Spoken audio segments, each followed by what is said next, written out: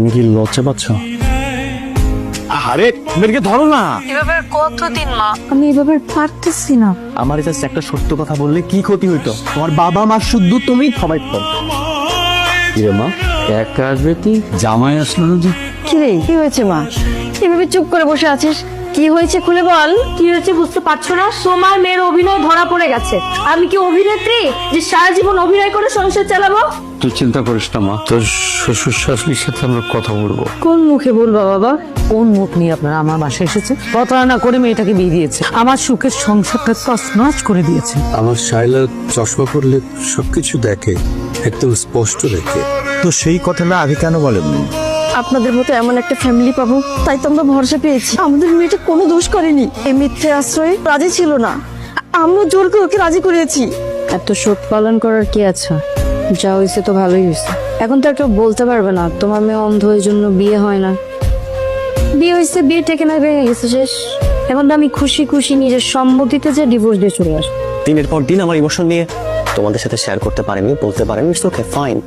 But আমার সাথে তোমরা খুব ভালো করে জানো আমি আর যাই হোক মিথ্যে কথাটা সহ্য করতে পারি না। আর সে আমার সাথেই। জানলে তুই কি করতি?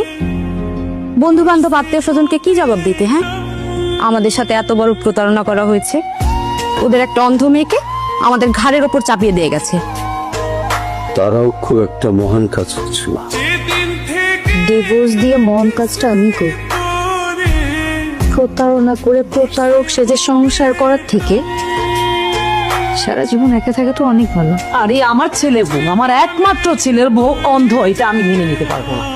একটা মেয়ে চশমা ছাড়া কিচ্ছু দেখে না, পুরোপুরি অন্ধ, আমার সংসার সামলাবে কেমন করে? না প্লিজ, কারো দুর্বলতা তুমি উপহাস করো না। হ্যালো, তুমি ধরতেছো না কেন তুমি? ভাল লাগছিল না তাই। বারান্দায় আসো। কোন বারান্দায়? আমি তোমার বারান্দায়। বিশেষ আমরা দেখে যাও আশা। কি ব্যাপার, খুব নিয়েছেন?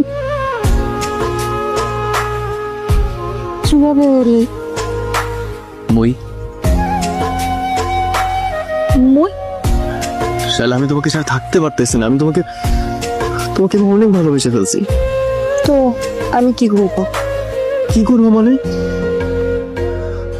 বিশ্বাস করো, আমি থাকতে পারতেছি না তোমাকে ছাড়া। তুমি আমার সাথে যাবো। কিন্তু তোমার বাবা মা তো আমার মতো কানা বউকে বৌমা হিসেবে মেনে নেবে না।